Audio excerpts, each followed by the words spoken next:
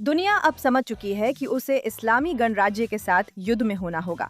इस हफ्ते वार्ता विफल होने पर युद्ध फिर से शुरू हो गया, जो एक बार फिर इस्लामी गणराज्य द्वारा पश्चिम के लिए बिछाया गया जाल निकली। यूके सरकार ने अभी IRGC को आतंकवादी संगठन घोषित किया है। ये बहुत पहले हो जाना चाहिए था। और खाड़ी देश, जिन्होंने महीनों तक इस युद्ध को सुलझाने की कोशिश की थी, अब वही समझ रहे हैं कि ये तरीका काम नहीं आने वाला। ट्रंप ने कहा कि MOU खत्म हो गया, ईरानियों को झूठा बताया और अमेरिका को जलडमरू मध्य का संरक्षक घोषित किया। अगर आप समझ नहीं पा रहे, चिंता न करें, मैं आपके साथ हूँ।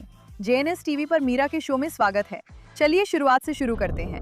इस हफ्ते महीनों की बातचीत के बाद अमेरिका ने रणनीति बदलकर सैन्य कार्रवाई शुरू की। समझने के लिए कि ऐसा क्यों हुआ, आपको युद्ध की शुरुआत देखनी होगी, क्योंकि ईरान ने शुरू से ही मान लिया था कि सैन्य रूप से पश्चिम और इजराइल के खिलाफ उनका कोई मौका नहीं है। तो ऐसी लड़ाई जीतने की कोशिश करने के बजाय, जिसे वे जीत ही नहीं सकते, उन्होंने अपने दुश्मन की कमजोरियों को ढूंढा और उनका इस्तेमाल किया। इसमें से कुछ भी, ये सब यूं ही मौके पर नहीं गढ़ा गया है। 2005 में IRGC ने मोज़ेक डिफेंस नाम की एक रणनीति को औपचारिक रूप दिया, जो जानबूझकर विकेंद्रीकृत कमांड संरचना थी, जिसे खासतौर पर शीर्ष नेतृत्व को मार गिराने वाले हमले से बचने के लिए बनाया गया था, जैसा हमला खमेनी की हत्या में हुआ था। ईरान के विदेश मंत्री ने भी युद्ध शुरू होने के बाद यही कहा था, हमने अमेरिकी सेना की हार का 2 दशकों तक अध्ययन कर सबक लिए हैं। वे देख रहे हैं, सीख रहे हैं और वही अपना रहे हैं जिसमें पश्चिम कमजोर है। पश्चिम की कमजोरी उसकी अर्थव्यवस्था है। ईरान के लिए ये फायदेमंद है कि वो एक महत्वपूर्ण भौगोलिक क्षेत्र में स्थित है, जो अर्थव्यवस्था को प्रभावित करता है। आपने शायद कई बार हॉर्मुज़ जलदमरू मध्य के बारे में सुना होगा। आप जानती हैं, ये वही सकरा जलदमरू मध्य है जो अरब और ईरानी प्रायद्वीप के बीच है, जिससे दुनिया का लगभग चौथाई तेल गुजरता है और इसके आसपास कोई असली विकल्प नहीं है। उस छोटे स्थान की वजह से ईरान को बिना युद्ध के पूरी वैश्विक अर्थव्यवस्था पर दबाव बनाने की ताकत मिल जाता है। आर्थिक दबाव डालने के लिए ईरान को सिर्फ जलडमरू मध्य पर ध्यान देना और तेल की नाकाबंदी करनी होती है।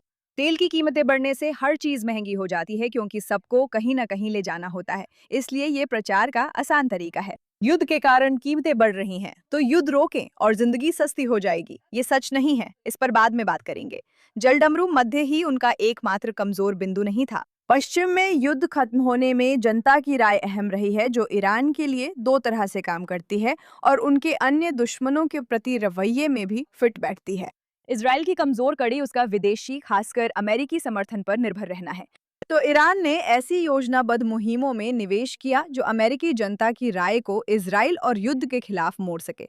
उनका सिद्धांत कुछ इस तरह है, अगर वे अमेरिकी जनता को सरकार पर दबाव डालने को मजबूर कर सकें कि या तो वे युद्ध रोकें क्योंकि वे इसमें शामिल नहीं होना चाहते, इजराइल से नफरत करते हैं या आर्थिक रूप से फायदेमंद नहीं समझते, तो ये सब ईरान के पक्ष में और अमेरिका के एजेंडा के खिलाफ है। अखाड़ी देशों की बात करें, जहां अमेरिकी सैन्य ठिकाने हैं जो कि ईरान पर हमले के लिए बहुत महत्वपूर्ण हैं, उनकी कमजोरी ये थी कि उनके लिए शांति सबसे ऊपर है। वे खुद को पर्यटन स्थलों के रूप में स्थापित करने की कोशिश कर रहे हैं, इस क्षेत्र की छवि बदल रहे हैं और मिसाइलों का गिरना उनकी इस छवि के बिल्कुल अनुकूल नहीं है। ईरान ने समझ लिया कि अगर वे उन देशों पर जोरदार हमला करते हैं तो वे वॉशिंगटन पर दबाव डालना शुरू कर देंगे कि वो पीछे हट जाएं, और ये तरीका काम कर गया। जब इजराइल अमेरिका ने ईरान के परमाणु कार्यक्रम रोकने के लिए युद्ध शुरू किया, तो ईरान ने इजराइल पर पलटवार किया, ऑनलाइन प्रचार भी चलाया और खाड़ी देशों पर भी हमला किया। मूल रूप से रणनीति कुछ ऐसी है, दूसरों को ये कहने के लिए मजबूर करना कि अमेरिका युद्ध को रोक दे, भले ही ये अमेरिका के हित में ना हो, सिर्फ इसलिए क्योंकि वे इसे सहन नहीं कर सकते और ईरान आसानी से बाहर निकल जाता है। खाड़ी देशों ने ठीक यही किया। उन्होंने वॉशिंगटन से विराम की गुहार लगाई और अमेरिका ने भी विराम ले लिया। ऐसा कई बार हुआ है। देखिए, ईरान पश्चिमी देशों की कमजोरियों को समझता है और वे बार बार उसी का फायदा उठाते हैं। और वे ऐसा कैसे करते हैं? वक्त हासिल करके। इस्लामिक गणराज्य का नियम है, जो भी हो बातचीत जारी रखो। इससे समय मिलता है और यही ईरान चाहता है। अब समय आ गया है कि फिर से निर्माण करें, नए सिरे से सोचें और कहीं और दबाव डालें। इस युद्ध के लंबे हिस्से में अमेरिका इसी जाल में फंस गया, पूरी तरह से। बस टाइमलाइन देखिए। अब जो कुछ हम जानते हैं उसके आधार पर यह युद्ध अचानक बहुत अलग दिखने लगा है। 28 फरवरी को अमेरिका और इजराइल ने ऑपरेशन एपिक फ्यूरी शुरू किया और 36 वर्षों से ईरान के सर्वोच्च नेता अली खमनेई को मार गिराया। ईरान इसका सैन्य रूप से जवाब नहीं दे सकता, इसलिए कुछ ही दिनों में वो जलडमरू मध्य को पूरी तरह से बंद कर देता है। और मार्च तक इस बंदी को 1973 के प्रतिबंध के बाद से सबसे बड़ा तेल आपूर्ति झटका कहा जा चुका है और इसके अनुसार कीमतें भी बढ़ जाती हैं।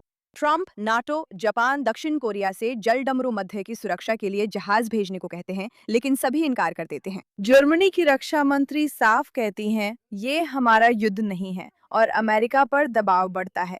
बाहरी दबावों के कारण 8 अप्रैल को 5 दिन का युद्ध विराम होता है, जो 13 अप्रैल तक चलता है। अमेरिका ईरानी बंदरगाहों की नौसैनिक नाकाबंदी शुरू करता है, जिसे ईरान उस समझौते का उल्लंघन बताता है जिस पर उसने अभी-अभी हस्ताक्षर किए थे। कौन सा समझौता? ये दिलचस्प सवाल है। 17 अप्रैल को ईरान जलडमरू मध्य को पूरी तरह खुला घोषित करता है और करीब एक दिन तक ऐसा लगता है कि स्थिति बनी रहेगी।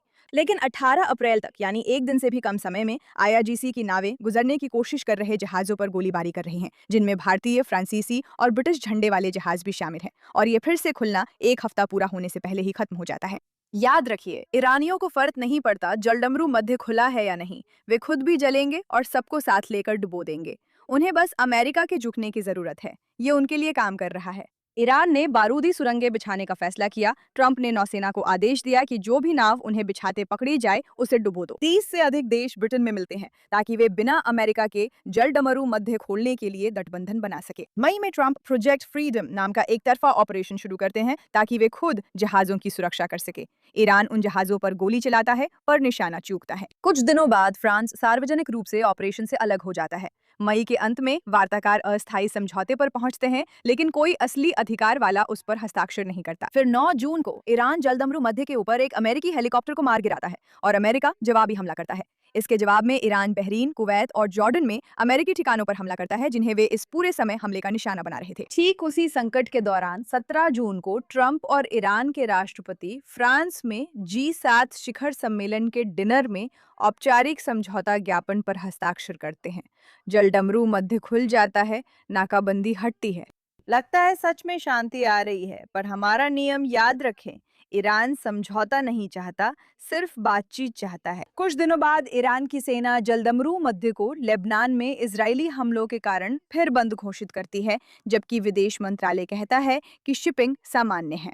सरकार की 2 शाखाएं सार्वजनिक रूप से एक दूसरे का विरोध कर रही हैं। यही अराजकता है जिसे ईरान दुनिया को दिखाना चाहता है। ध्यान रहे, अमेरिका को सतर्क रखना उनकी जरूरत है। जून के अंत तक ये विरोधाभास सतह के नीचे चलता रहता है। तकनीकी बातचीत जारी रहती है। स्विट्जरलैंड में 22 जून को ट्रंप ने टोल अल्टीमेटम दी कि 60 दिन में समझौता नहीं हुआ तो अमेरिका शुल्क लगाएगा। ईरान ने एवरलव और कीको टैंकरों पर हमला किया, जिस पर हर बार अमेरिका ने उससे भी कड़ा जवाब दिया। जलडमरू मध्य से होकर आवाजाही हफ्ते दर हफ्ते बहुत ज्यादा बदल रहा है। जो भी हमला सबसे हाल में हुआ हो, उसी के आधार पर। दोस्तों, ये पूरी तरह से अफरा तफरी है। जुलाई में ईरान के वार्ताकार ने सरकारी टेलीविजन से कहा कि जलडमरू मध्य अब युद्ध पूर्व जैसी स्थिति में नहीं लौटेगा, चाहे किसी भी समझौते पर हस्ताक्षर हो जाएं। यानी वे ज्यादा पैसे लेंगे, क्योंकि अमेरिका पर दबाव डालने का उनका मुख्य तरीका अर्थव्यवस्था है। अगर पैसा कमा सकते हैं तो क्यों ना कमाएं। खामनेई के अंतिम संस्कार के दौरान दोनों पक्षों की सहमति के बावजूद ईरान ने 1 हफ्ते के विराम में 3 और वाणिज्यिक जहाजों पर हमला किया। अमेरिका ने 80 से अधिक हमलों से जवाब दिया, जिसमें ईरान का मुख्य तेल निर्यात केंद्र खार्ग द्वीप भी था। और कुछ दिनों बाद अमेरिका का एक हमला ईरान के परमाणु संयंत्र के किनारे पर होता है, जिसमें कम से कम 14 लोग मारे जाते हैं। और हम फिर से उसी परमाणु विवाद पर फिर लौट रहे हैं, जिससे ये युद्ध असल में शुरू हुआ था। यही वो पल है जब ट्रंप अंकारा में नेटो सम्मेलन में खड़े होकर समझौता खत्म होने की घोषणा करते हैं, ईरानियों को गाली देते हैं और कहते हैं कि अब बातचीत नहीं होगी, क्योंकि समझौता कभी होना ही नहीं था। लेकिन वो हमारी बात नहीं सुन रहे थे। इसके बाद एक तीव्र सप्ताह शुरू होता है, जिसमें असली युद्ध होता है। अमेरिका एक रात में 140 हमले करता है, जो पूरे संघर्ष का सबसे बड़ा हमला है। ईरान औपचारिक रूप से जलदमरू मध्य को अगले आदेश तक बंद घोषित कर देता है और फिर ईरान ओमान पर हमला करता है, जो उसका सबसे विश्वसनीय मध्यस्थ है। ठीक एक दिन बाद, जब दोनों देशों ने जलदमरू मध्य को चालू रखने के लिए बातचीत पूरी की थी। ईरान उस देश को भी जला देगा जो उसकी सबसे ज्यादा मदद करने की कोशिश कर रहा है, अगर उसे जलाने से उस समय उसका फायदा होता है। याद रखिए, पूरी कहानी सीधी है। ऐसा कोई समझौता नहीं है जिस पर ईरान सच में हस्ताक्षर करना चाहता हो।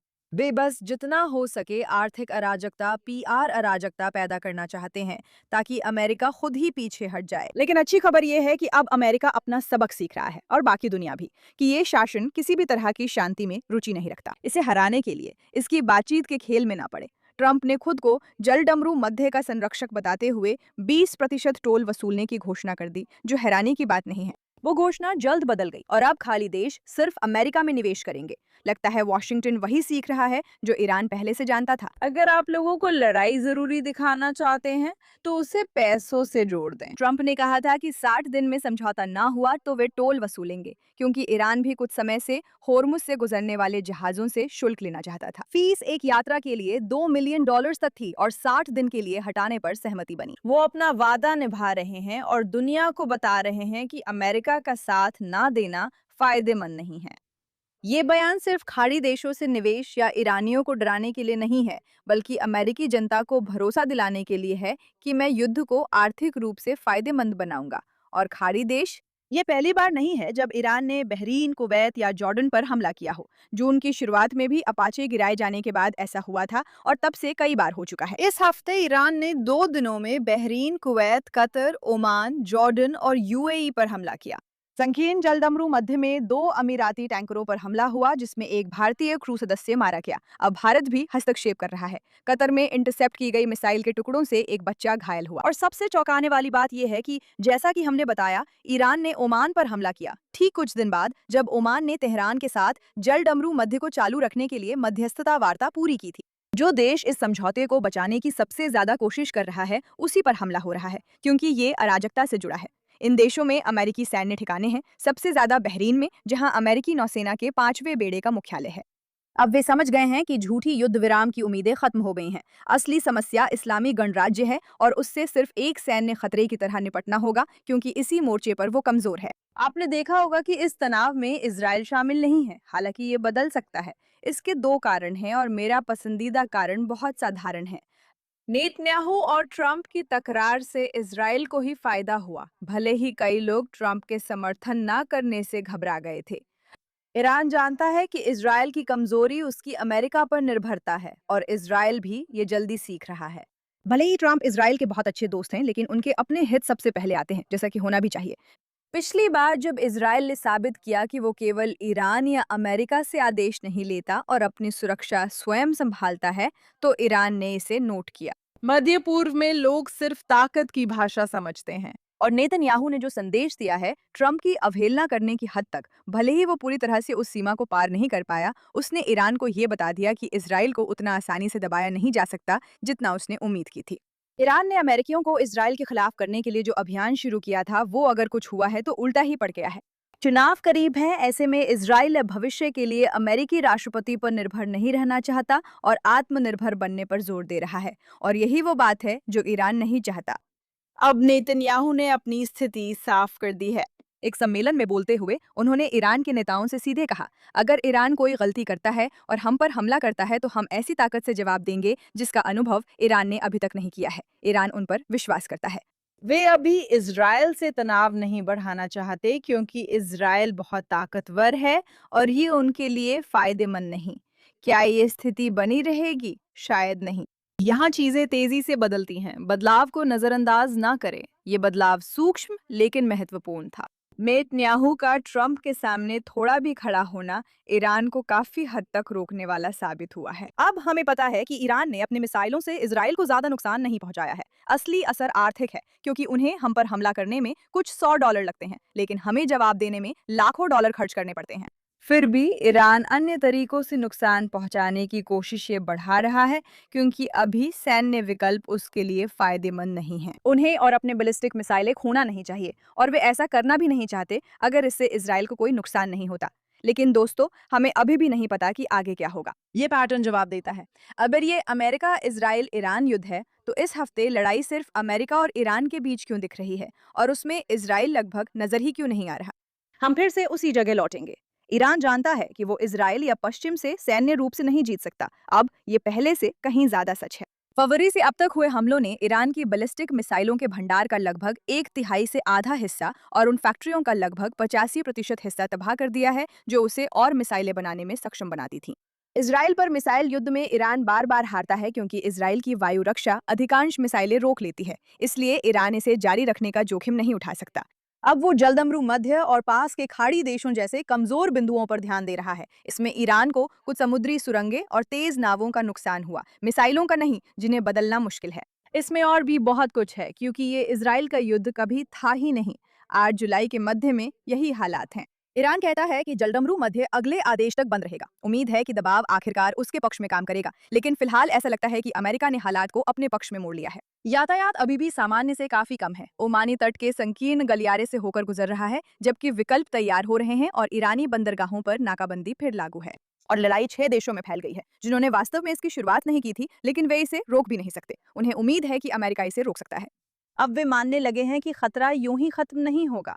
मुझे उम्मीद है ये जारी रहेगा। ये युद्ध कभी इजराइल का नहीं था। इजराइल ही था जिसने ईरान की धमकियों पर यकीन किया और उनसे निपटने की हिम्मत दिखाई।